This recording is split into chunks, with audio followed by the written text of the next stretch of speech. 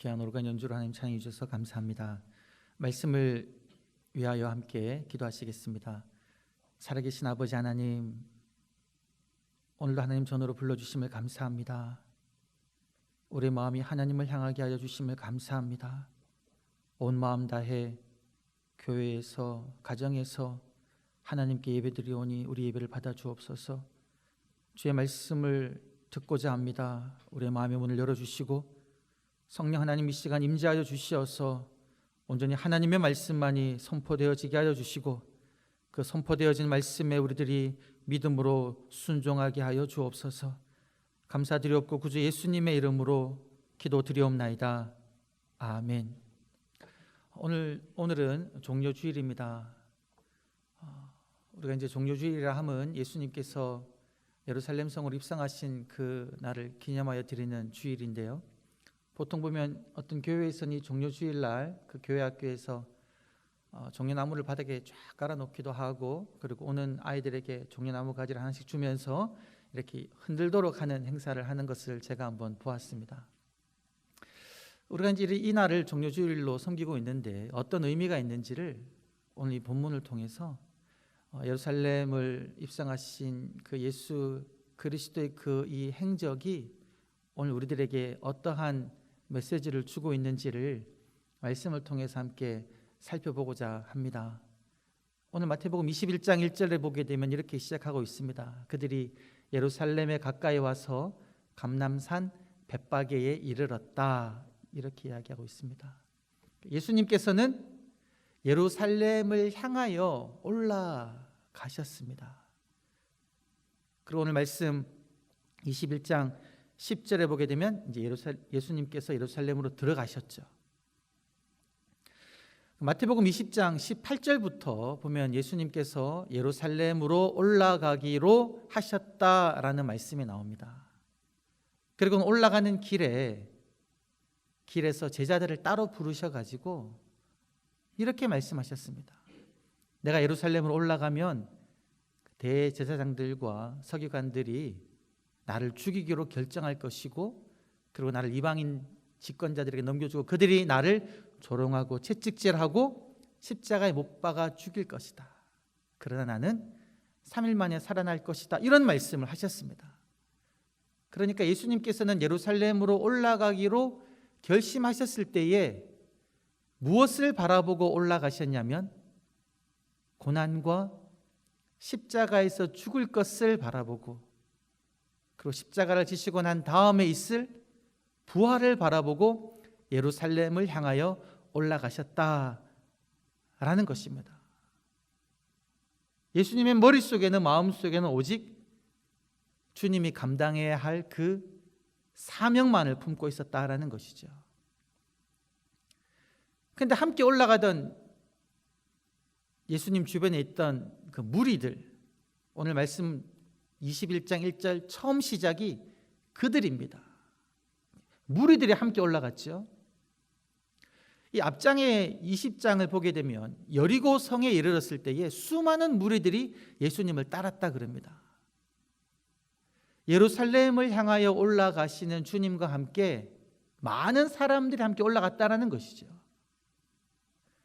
그들의 마음속에는 어떤 마음이 있었을까? 모두 다 그렇진 않았겠지만 무리들의 많은 사람들이 지금 말씀을 앞부분에서부터 살펴보면 아주 흥분을 하고 있음을 알 수가 있습니다.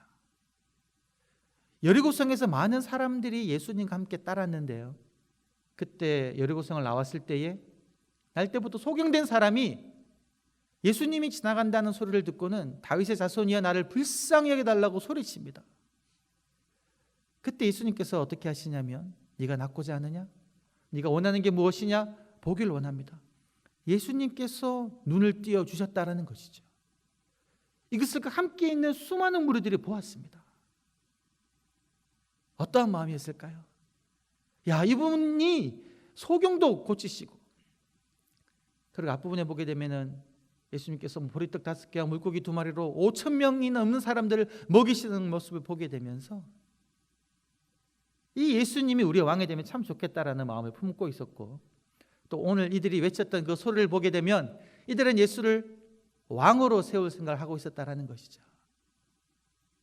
다윗의 왕위에 앉을 왕, 우리를 로마 압제로부터 구원해 주실 그 왕, 그분 예수님이 그렇게 우리들을 정치적으로 구원해 줄 것을 기대하며 따르고 있었다라는 것입니다.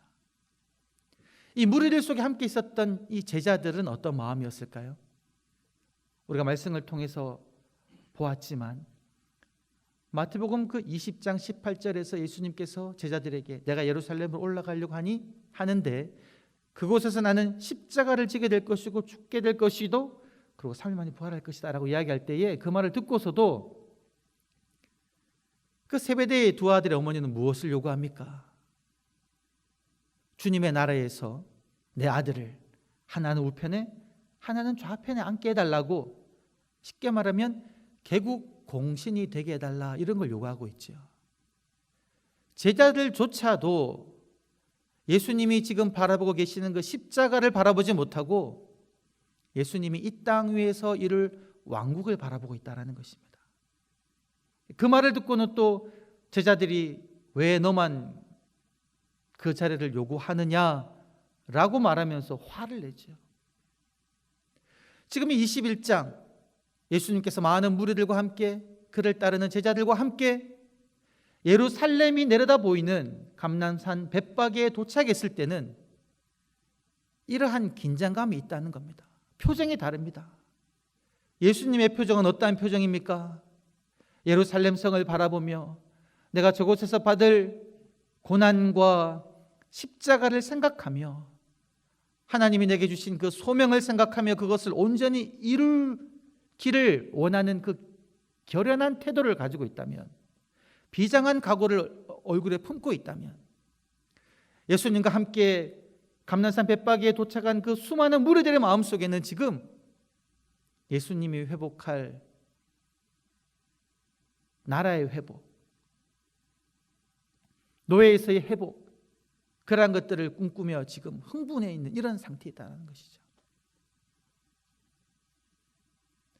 이러한 지금 긴장감 속에서 예수님께서는 이 긴장감을 깨시는 첫 번째 말씀을 하십니다. 십자가를 지기 위해 결연한 마음을 가지고 계신 그 예수님께서 처음 내뱉으시는 말씀입니다. 그 말씀은 무엇이냐면 그 수많은 무리들 가운데 2명의 제자를 부르십니다. 제자 2명을 불러가지고 너희는 맞은편 마을로 가라. 그러면 즉시 매여있는 나귀와 나귀 새끼를 볼 것인데 풀어가지고 내게로 끌고 오라, 데리고 오라, 이렇게 말씀하신다는 것이죠. 여러분, 이 명령을 보게 되면 조금 궁금한 점이 생깁니다. 2명의 제자가 누구인지부터 해서 맞은편 마을로 가라고 했는데 이 맞은편 마을은 어디일까라는 의문이 생깁니다. 지시를 했으면 정확한 곳을 알아야 되잖아요. 어디일까요? 지금 예수님께서는 감람산 벳박에라는 마을로 들어오셨습니다. 이 벳박의 마을은 예루살렘에서 가장 가까운, 예루살렘과 마주하고 있는 그 감람산 능선에 있는 그 마을입니다. 이 마을에 이미 들어오셨죠? 근데 그 마을에서 맞은편 마을로 가면 매여 있는 나귀와 나귀 새끼를 너가 볼 것이다. 이 말을 통해서 보았을 때 이미 지금 아마 예수님께서는 이 벳박의 마을로 들어와서 이 벳박에 있는 어떤 그 집으로 가라 그랬으면 아마 말씀을 이렇게 하지 않으셨을 것 같아요. 저기 지금 보이는 저 집으로 들어가서 나귀와 나귀 새끼가 있지, 그걸 데리고 와라, 이렇게 말씀하셨을 것 같은데, 예수님의 말씀은 지금 보게 되면 맞은편 마을로 들어가게 되면 마을로 들어가자마자 나귀와 나귀 새끼가 있는 걸 보게 될 거야 라고 이제 미래형으로 말씀하셨죠. 보이는 상황이 아닌 겁니다. 그리고 그 어떤 사람이 무슨 일이냐라고 물으면 주가 쓰시겠다 하라. 그러면 그 사람은 그거를 즉시 줄 것이다. 이 말을 통해 보았을 때에 예수님께서는 지금 염두에 두고 있는 어떤 그 집이 있음을 알 수가 있습니다. 물론 예수님께서 이제 모든 것을 다 아시는 분이시기 때문에 마을에 들어가 보지 않고서도 제자들이 어떤 집으로 갈 것이고 누구를 만나며 거기에 낙이 새끼가 있다는 걸 알 수도 있다라고 생각할 수 있겠지만, 우리가 이제 말씀은 이제 상식적으로 쭉 보게 되면 예수님께서 염두에 두고 있는 집이 있음을 이제 알 수가 있다라는 것이죠. 이렇게 생각해 보면 지금 예수님은 이미 벳바기에 들어왔고 어느 집에 가야 될지 알고 있었다는 걸 보았을 때는 이 벳바기 근처에 있는 베다니 마을을 생각하고 있었음을 알 수가 있습니다. 그러니까 맞은편 마을이라는 것은 벳바기가 아니라 베다니라는 것이죠. 이 베다니는 지금 예수님께서 무리들과 함께 지나쳐 온 마을입니다. 여리고에서 베다니를 지나서 벳바기로 오시거든요. 그리고 이 베다니라는 마을은 여러분 잘 아시듯이 죽은 나사로가 살아났던 그 동네입니다. 그리고 우리가 이제 마태복음 21장 이하를 쭉 읽어보게 되면 예루살렘에 들어가셨다가 예수님께서 나오셔서는 머무르는 곳이 베다니 마을입니다. 주무실 곳이 있다라는 것이죠. 그리고 그 베다니 시몬의 집에서 식사도 하셨습니다. 그러니까 지금 예수님께서는 그 베다니라는 마을을 잘 알고 계셨고요. 그 마을 입구에 있는 어떤 집을 지금 생각하고 계시는 것이죠. 그 마을로 가라는 겁니다. 이렇게 생각하고 나면 여러분, 지금 무리들은 베다니를 지나서 벳바게로 와서 예루살렘으로 곧 들어가려고 하고 있습니다. 그러면 예수님의 명령을 받은 이 두 제자는 맞은편 마을로 가기 위해서는 다시금 뒤로 돌아가야 된다는 것이죠. 약 한 2km 됩니다. 30분 정도 걸리는 거리지요. 이 명령을 지금 이 두 제자가 받았는데 여러분이 이 두 제자라면 어떻게 하시겠습니까? 아니 예수님, 지금 예수님께서는 왕권을 회복하기 위하여 이 수많은 무리들과 함께 예루살렘으로 가려고 하시는데 왜 저희 둘만 따로 빼내서 다시금 뒤로 돌아가게 하시지요? 라고 의문점을 가질 수가 있습니다. 그리고 아니 주님, 왜 하필 낙이 새끼가 지금 필요한 겁니까? 라고 질문할 수도 있습니다. 지금 우리가 이 3절, 우리가 4절 5절에 보게 되면 왜 예수님께서 낙이 새끼를 끌고 오라고 하셨는지 알 수 있지만 이 당시 지금 예수님의 말을 들은 이 제자들은 이 지금 4절 5절에 있는 그 내용을 알지 못하는 상황이죠. 왜 예수님께서 나귀와 나귀 새끼를 데리고 오라 했는지 알 수 없는 상황입니다. 이런 상황 속에서 예수님의 명령을 받아들은 이 제자들은 맞은편 마을로 가기를 꺼려 했을 수도 있습니다. 그런데 어떻게 합니까? 말씀을 보게 되면 예수님께서는 두 제자를 불러서 가서 끌고 오라고 하셨고요.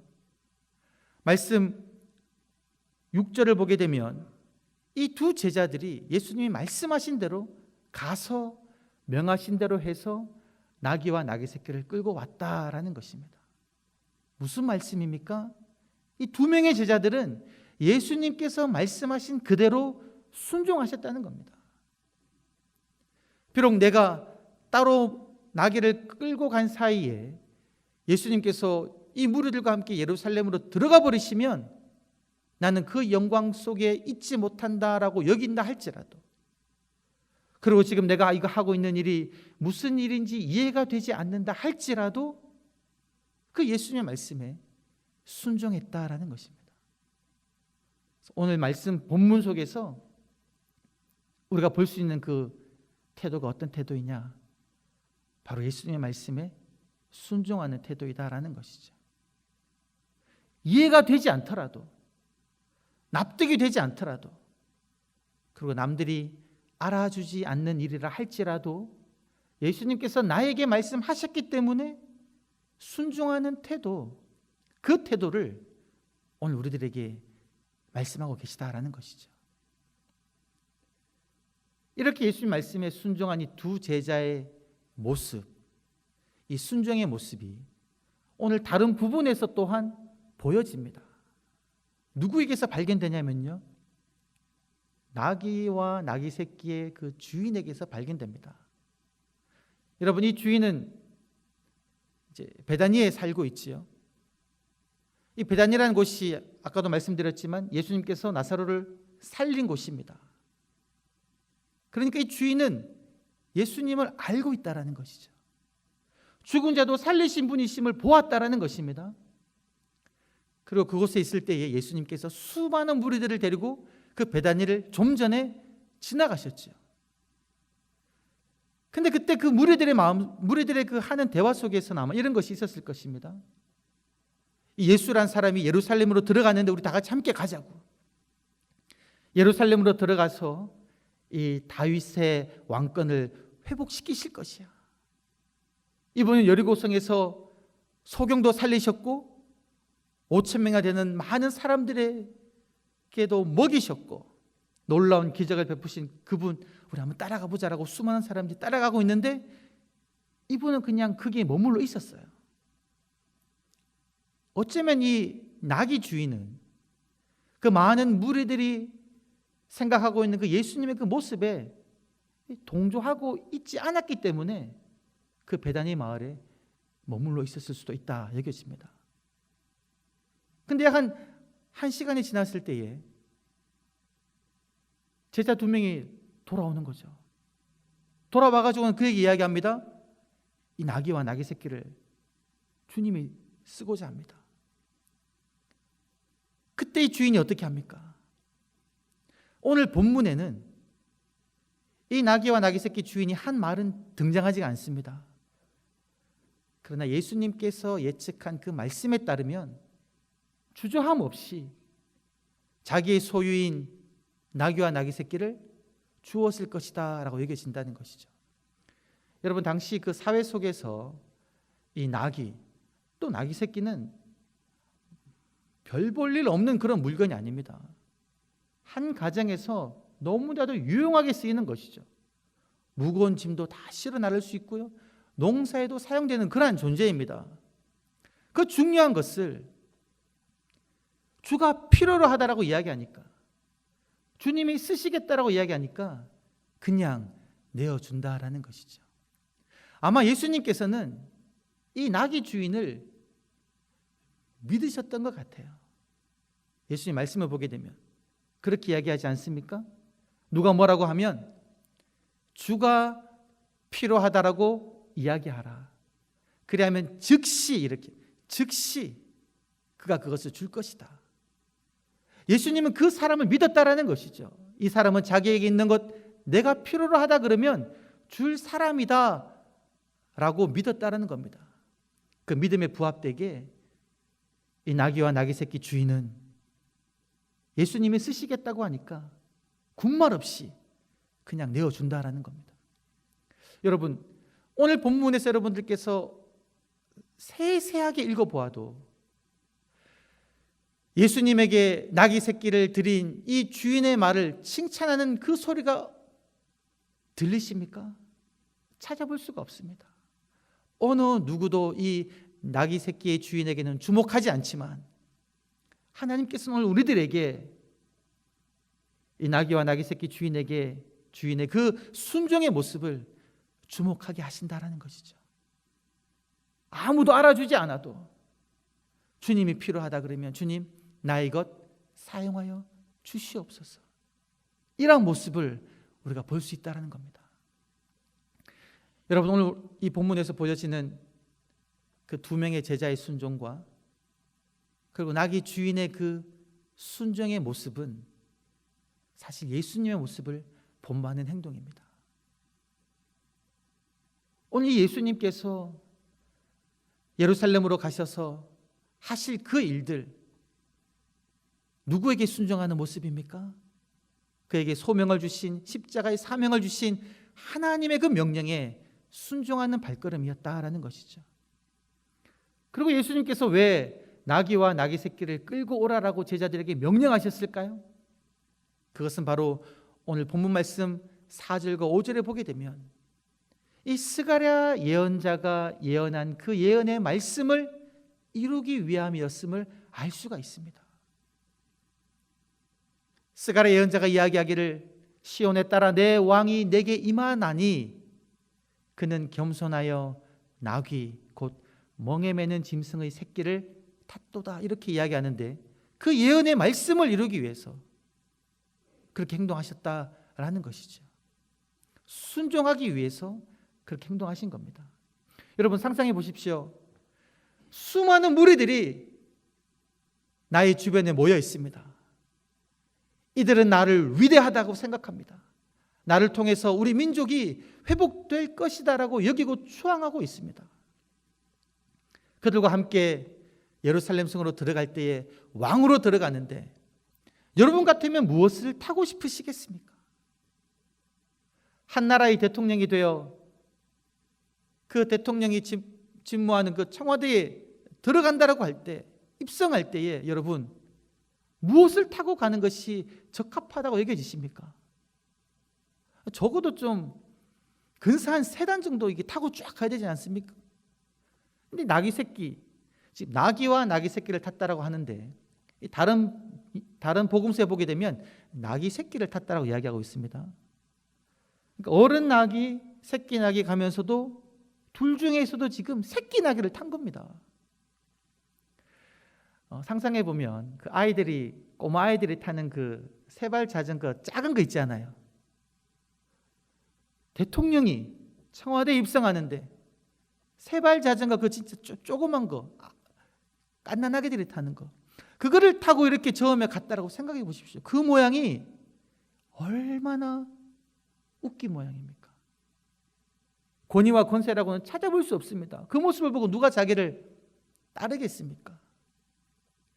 그런데 예수님께서는 그들을 따르는 무리들의 환호에 아랑곳하지 않으시고 나귀와 나귀 새끼 중에서도 나귀 새끼를 타고 예루살렘 성으로 들어가셨다라는 것이죠. 그 모습은 바로 하나님의 그 소명에 순종하는 모습이었다라는 것입니다. 여러분 사람들은 어디에 주목합니까? 오늘 예수님께서 수많은 무리와 함께 나귀 새끼를 타고 예루살렘 성으로 들어가셨습니다.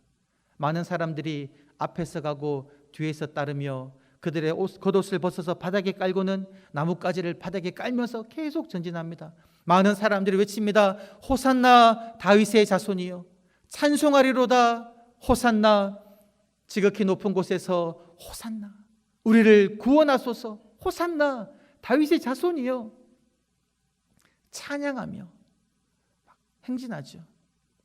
예루살렘 성에 들어왔을 때에 그 온 성이 소동했습니다. 그리고 그 성에서 높은 지위에 있는 사람들이 묻는 거죠. 사람들이 묻지요. 이 사람은 누구냐? 여러분 왜 물었을까요? 왜 온 성이 소동했을까요? 이 사람은 누구냐라고 왜 그 사람 예수에게 주목했을까요? 그것은 바로 예수님의 나귀 새끼를 타고 왔기 때문에 주목한 것이 아닙니다. 그들이 주목하게 된 것은 이 예수라는 사람이 예루살렘 성에 들어오고 있는데 그들 주변에 수많은 사람들이 함께 오며 소리질러 외치며 호산나 다윗의 자손이여, 찬송하리로다. 호산나 높은 곳에서 오시니여 라고 막 찬양하는 그 소리에 놀라가지고 물어보는 것이죠. 만약에 예수님께서 수많은 무리와 함께 오지 않고 그냥 조촐하게 몇 명의 제자들과 함께 초라한 모습으로 오셨다면 누구도 주목하지 않았을지도 모릅니다. 그런데 그에게 환호하며 소리 지르는 수많은 사람들과 함께 들어오기 때문에 세상 사람들은 예수님이 누군지 물어보았다라는 것입니다. 종료주일부터 해서 부활절에 이르기까지 우리가 이제 고난주간을 보낼 텐데요. 하나님을 믿는 우리들, 예수님을 따르는 우리들이 주목하는 것은 무엇입니까? 우리들이 인정하고 찬양하고 본받을 만한 것이다 라고 생각하며 주목하는 것은 무엇입니까? 그것은 바로 수많은 무리들의 환호가 되진 말아야 된다라는 것이죠. 우리가 주목해야 될 것은 무엇이냐면 이해되지 않아도 납득되지 않아도 아무도 주목하지 않아도 예수님의 말씀에 순종하여 나귀와 낙의 새끼를 데리고 간 그 제자들의 순종의 모습, 그리고 나의 가장 소중한 것임에도 불구하고 주님이 필요하시다는 그 말씀에 그 누구도 나의 헌신을 알아주지 않아도 내게 있는 나귀와 나귀 새끼를 드린 그 주인의 순종하는 모습, 그리고 하나님의 그 사명에 순종하여 묵묵히 십자가의 걸음을 걸었던 그 예수님의 그 모습, 겸손하여 나귀를 타시며 십자가를 지기 위하여 사람들의 환호에도 아랑곳하지 않고 예루살렘 성으로 들어간 그 주님의 순종의 모습, 이러한 모습에 우리가 주목해야 한다라는 것입니다. 사랑하는 성도 여러분, 이 고난 주간 우리가 순종에 관해서 깊이 묵상하기를 소망합니다. 하나님에게 순종하여 십자가의 길을 걸으셨던 그 주님의 모습을 본받아 우리 또한 우리에게 말씀하시는 하나님의 그 명령, 그 말씀에 순종함으로 주님 가신 그 길을 함께 걸으시는 저와 여러분이 되시기를 주의 이름으로 간절히 축원합니다. 기도하시겠습니다. 주님, 십자가를 지신 주님의 모습을 바라보게 하여 주시옵소서. 겸손하여 나귀 새끼를 타고 예루살렘으로 들어가신 주님의 모습을 바라보게 하여 주시옵소서. 우리 또한 그 누구도 알아주지 않아도 날마다 주님의 말씀에 순종하며 살게 하여 주시고, 내게 있는 것 주님께 온전히 드리는 그러한 삶을 살게 하여 주옵소서. 감사드리옵고 구주 예수님의 이름으로 기도드리옵나이다. 아멘.